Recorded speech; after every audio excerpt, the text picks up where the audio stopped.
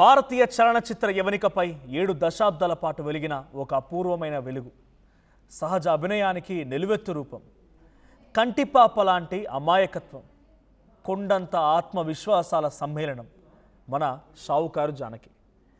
కాలాన్ని జయించిన అభినయంతో, తరాలు మారిన తరగని ఆప్యాయతతో దక్షిణాది సినీ హృదయాలను ఏలినటువంటి ఆ మహానటి భౌతికంగా మనకు దూరమైన ఆమె ముద్రించినటువంటి అభినయ ముద్రలు, పలికించిన పవిత్ర భావాలు నింగిలో తారలై ఎప్పటికీ వెలుగుతూనే ఉంటాయి.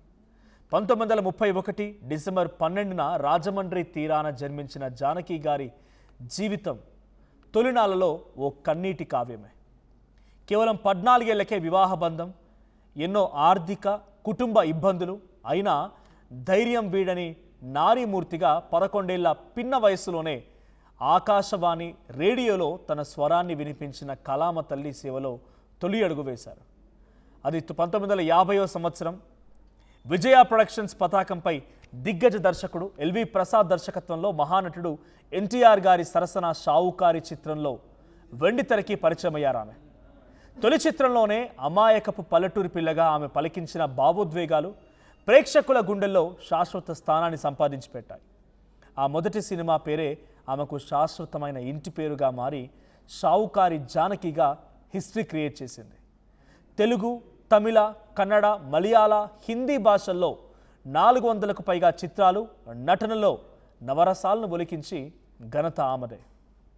ఇక తెలుగులో రోజులు మారాయి, కన్యాశుల్కం, డాక్టర్ చక్రవర్తి, మంచి మనసులు, దేవత, అక్కా చెల్లెళ్ళు, బడిపంతులు వంటి చిత్రాలు ఆమె నటనా పాఠవానికి నిదర్శనాలు.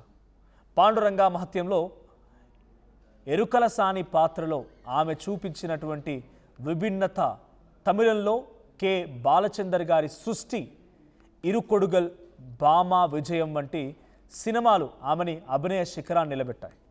ఎన్టీఆర్, ఏఎన్ఆర్, ఎంజీఆర్, శివాజీ గణేశన్, రాజ్ కుమార్లతో మొదలుపెట్టి రజనీకాంత్, కమల్ హాసన్, చిరంజీవి, నాగార్జున, వెంకటేష్, చివరికి నేటి తరం హీరోల వరకు 4 తరాలకు నటీనటులతో కలిసి నటించిన అరుదైనటువంటి నటి ఆమె. తమిళనాడు, ఆంధ్రప్రదేశ్ రాష్ట్రాలను ఏలినటువంటి 4 ముఖ్యమంత్రులు ఎంజి రామచంద్రన్, ఎన్టీ రామారావు, జయలలిత, ఎం కరుణానిధి గారితో స్క్రీన్ షేర్ చేసుకున్నటువంటి ఏకైక కళాకారిణిగా చరిత్రకెక్కారు. తను ఏ భాషలో నటించినా తన పాత్రకు తానే స్వయంగా డబ్బింగ్ చెప్పుకునే అంకిత భావం ఆమె సొంతం. ఎంతటి ఎత్తుకి ఎదిగినా ఒదిగి ఉండే నైజం, ఉన్నది ఉన్నట్టు మాట్లాడే నిర్భయత్వం, నిండైనటువంటి కుటుంబ బాధ్యత ఆమె వ్యక్తిత్వానికి కిరీటాలు.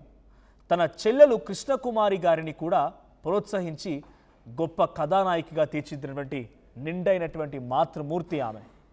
కేంద్ర ప్రభుత్వం అందించినటువంటి గౌరవనీయ పద్మశ్రీ పురస్కారం, రాష్ట్ర ప్రభుత్వాల Nandi Filmfare life time achievement అవార్డులు ఆమె సాధించిన విజయాలకి మచ్చు తునకలు.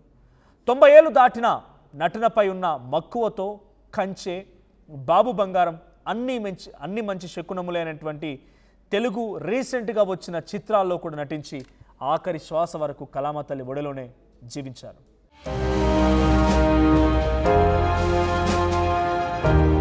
భారతీయ చలనచిత్ర యవనికపై 7 దశాబ్దాల పాటు వెలిగిన ఒక అపూర్వమైన వెలుగు, సహజ అభినయానికి నిలువెత్తు రూపం, కంటిపాప లాంటి అమాయకత్వం, కొండంత ఆత్మవిశ్వాసాల సమ్మేళనం మన షావుకారు జానకి.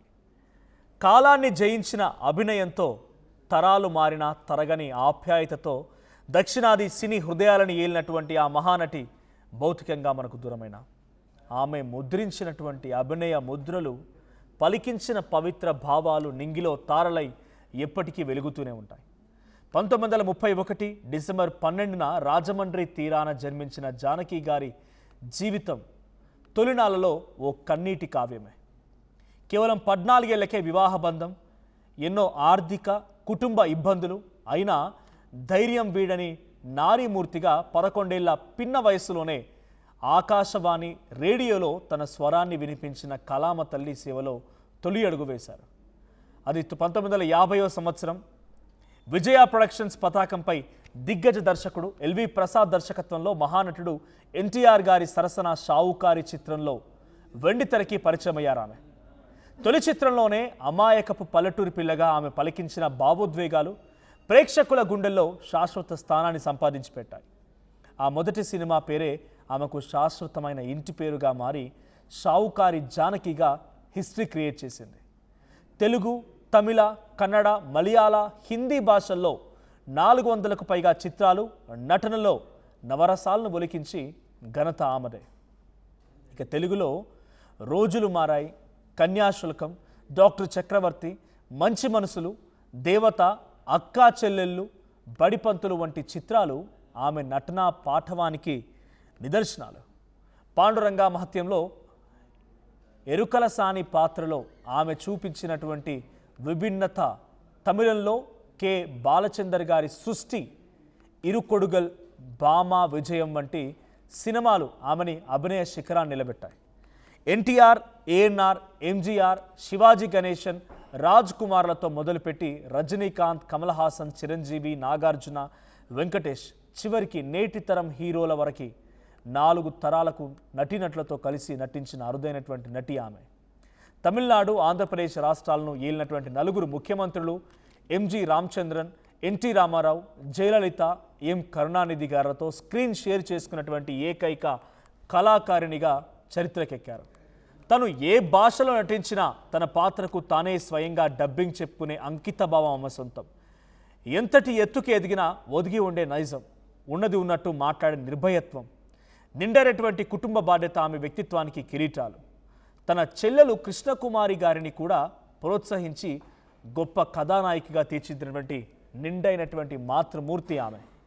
కేంద్ర ప్రభుత్వం అందించినటువంటి గౌరవనీయ పద్మశ్రీ పురస్కారం, రాష్ట్ర ప్రభుత్వాల Nandi Filmfare life time achievement అవార్డులు ఆమె సాధించిన విజయాలకి మచ్చు తునకలు. 90 ఏళ్లు దాటిన నటనపై ఉన్న మక్కువతో కంచె, బాబు బంగారం అన్ని మంచి శకునములైనటువంటి తెలుగు రీసెంట్గా వచ్చిన చిత్రాల్లో కూడా నటించి ఆఖరి శ్వాస వరకు కళామతల్లి ఒడిలోనే జీవించారు.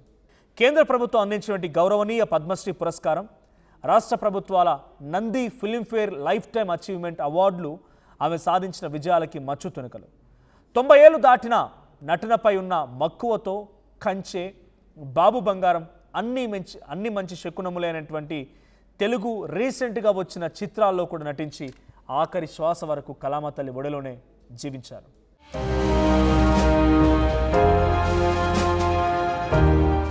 ఒక శకం ముగిసింది. ఒక మహోన్నత అభినయ నక్షత్రం నింగిలోకి ఎగిరిపోయింది. రూపం కనుమరుగైన ఆమె పోషించిన పాత్రలు, పలికించిన చిరునవ్వులు, కార్చిన కన్నీటి బొట్లు భారతీయ చలనచిత్ర చరిత్ర ఉన్నంతకాలం సజీవంగానే ఉంటాయి. ఓం శాంతి. అభినయ సరస్వతి పద్మశ్రీ షావుకారు జానకి ఆత్మకు శాంతి కలగాలని హృదయపూర్వకంగా ఆర్టీవీ కూడా ప్రార్థిస్తోంది.